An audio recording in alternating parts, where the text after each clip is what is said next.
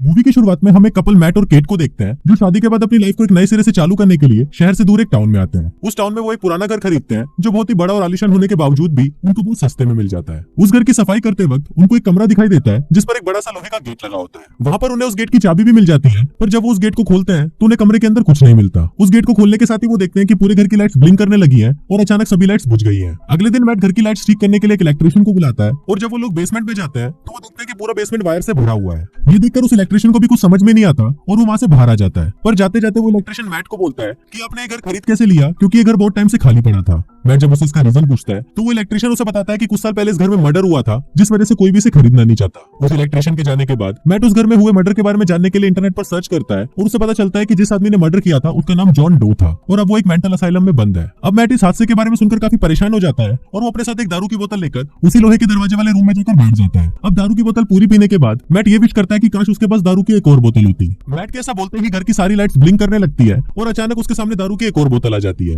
ये देखकर मैट हैरान हो जाता है कि ऐसा कैसे हुआ। अगले दिन केट जब मैट को ढूंढते हुए उस रूम में आती है तो वो देखती है कि उस रूम में मैट के आसपास बहुत सारी महंगी पेंटिंग्स पड़ी हुई है। ये सब देखकर केट चौंक जाती है और वो मैट से पूछती है कि ये सब कहां से आई, पर मैट उसे इसका कोई जवाब नहीं देता और वो उसे एक विश मांगने के लिए बोलता है। अब मैट की बातों से केट को लगने लगता है कि शायद वो उसके साथ कोई मजाक कर रहा है और मजाक में ही केट $1 मिलियन की विश मांग लेती है। पर केट के ऐसा बोलते ही उसके सामने $1 मिलियन आ जाते हैं, जिसको देखकर केट भी शॉक्ड हो जाती है। अब इन दोनों को लगने लगता है कि शायद ये रूम उनकी सभी विशेष को पूरी कर सकता है, इसलिए वो एक एक करके उस रूम से ढेर सारे विशेष मांगने लगते हैं, जैसे खाना, दारू, पैसे और बहुत कुछ। अब धीरे धीरे उन दोनों में इतना ज्यादा लालच आ जाता है कि वो उस रूम से सब कुछ मांग लेते हैं। पर एक दिन वो दोनों इससे भी बोर हो जाते हैं और इधर केट भी धीरे धीरे डिप्रेशन में जाने लगती है। केट की ऐसी हालत को देखकर मैट उसे बोलता है कि अब हमें एक बच्चे के साथ अपनी फैमिली स्टार्ट कर लेनी चाहिए। पर मैट की बात सुनकर केट उसे चिढ़ जाती है, क्योंकि वो दोनों पहले भी 2 बार बच्चे के लिए ट्राई कर चुके हैं और दोनों ही बार उनका बच्चा पेट में ही मारा जाता था। अब केट मैट की बात सुनकर गुस्सा हो जाती है और वहां से चली जाती है। थोड़ी देर बाद जब मैट केट को मनाने के लिए जाता है तो वो देखता है कि केट एक छोटे से बच्चे के साथ खेल रही है जिसको उसने उस विशिंग रूम से मांगा था। मैट को ये देखकर बहुत गुस्सा आता है और वो केट को बोलता है कि ये बच्चा हमारा नहीं है, इसलिए तुम इसे जहां से लेकर आई हो वहीं वापस छोड़ दो। अब केट की तो इच्छा नहीं थी,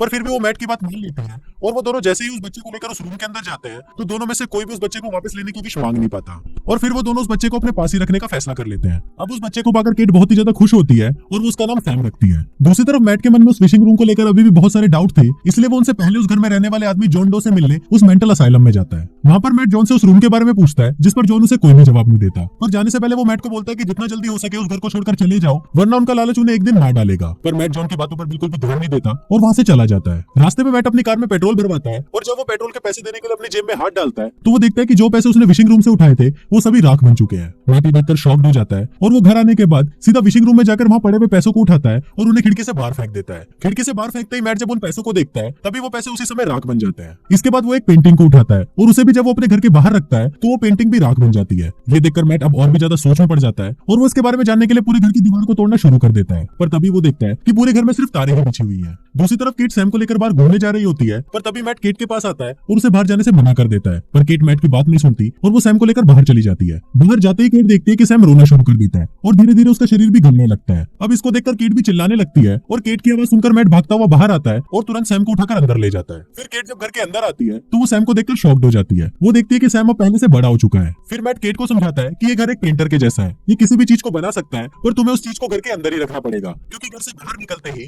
वो चीज पूरी तरह राख बन जाएगी। अब इसके बाद से ही केट सैम को लेकर और भी ज्यादा पॉसेसिव हो जाती है और वो पूरे घर को लॉक कर देती है, जिससे सैम कभी भी घर से बाहर निकल ही ना पाए। इसके अलावा केट सैम को डराने के लिए उसे ये भी बोलती है कि इस घर के बाहर बहुत ही खतरनाक जम्स है और अगर वो इस घर से बाहर गया तो वो जम्स उसे पकड़ लेंगे। अब ऐसे ही कुछ दिन बीत जाते हैं और एक दिन मैट देखता है कि सैम उस विशिंग रूम में जाकर खेल रहा है और उसे उस रूम की पावर्स के बारे में भी पता चल चुका है। अब सैम को उस रूम में देखकर मैट उस पर बहुत गुस्सा करता है और उसे डांटने लगता है, पर केट मैट को सैम को डांटता हुआ देखकर उससे ही झगड़ा करने लग जाती है। तभी घर के फोन की घंटी बजती है और सैम उस फोन को उठा लेता है। फोन की दूसरी तरफ जॉन होता है और वो सैम की आवाज सुनकर मुस्कुराने लगता है। तभी मैट आकर सैम से फोन ले लेता है और वो जॉन से बात करने लगता है। फिर जॉन मैट को बोलता है कि आखिर तुमने वो गलती कर ही दी। फिर मैट उससे पूछता है कि अगर इस बच्चे की उम्र बढ़ने से रोकना है तो हमें क्या करना पड़ेगा। इस पर जॉन उसे बताता है कि जिसे भी उस बच्चे ने विशिंग रूम से मांगा है उसे मरना पड़ेगा और उसके मरने के बाद ही वो बच्चा घर के बाहर भी जिंदा रह पाएगा। जॉन की ये बात सुनकर मैट उसे पूछता है कि तुम्हें इस बारे में कैसे पता। तो जॉन उसे बताता है कि वो भी उस रूम की विश से मांगा हुआ एक बच्चा था और उसे जिंदा रखने के लिए पहले तो उसकी माँ ने उसके बाप को गोली मार दी और उसके बाद खुद को गोली मार ली, जिसके कारण वो अब घर के बाहर भी जिंदा रह पा रहा है। दूसरी तरफ मैट और जॉन की बात केट भी सुन लेती है और वो सैम को बचाने के लिए खुद को मारने का फैसला करती है, पर थोड़ी देर बाद वो खुद को संभाल लेती है और वापस घर आ जाती है।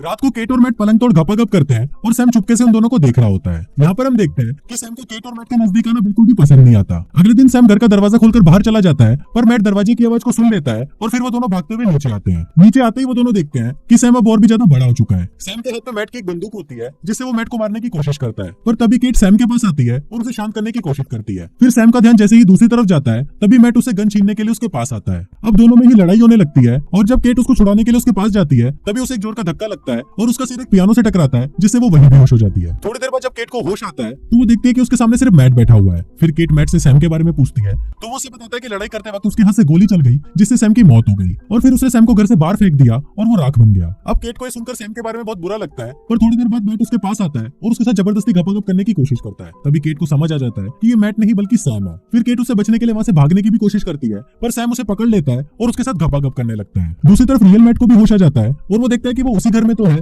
पर किसी दूसरी ही दुनिया की। फिर मैट उस घर की दीवारों को तोड़ने लगता है और इसी के साथ साथ उसे अपनी दुनिया के उस घर में आने का भी रास्ता मिल जाता है। फिर मैट केट को बचाने के लिए उसके पास आता है, पर थोड़ी देर बाद सैम भी वहां पर आ जाता है और वो उसे मारने की कोशिश करता है, पर तभी मैट घर का दरवाजा खोल देता है और वो सैम को लेकर घर से बाहर चला जाता है। घर से बाहर आते ही सैम की उम्र तेजी से बढ़ने लगती है और वो खुद को बचाने के लिए वापस घर के अंदर आने की कोशिश करता है, पर केट घर को अंदर से बंद कर देती है और देखती है कि सैम कुछ ही मिनटों के अंदर बूढ़ा हो जाता है और फिर वो राख बन जाते हैं। अब फिल्म के लास्ट सीन में हम देखते हैं कि मैट और केट ने उस घर को छोड़ दिया है और कुछ महीनों बाद केट को पता चलता है कि वो मां बनने वाली है, पर केट इस बात को जानकर शॉक्ड हो जाती है कि वो बच्चा मैट का नहीं बल्कि सैम का है और कुछ इसी तरह से ये फिल्म यही खत्म हो जाती है।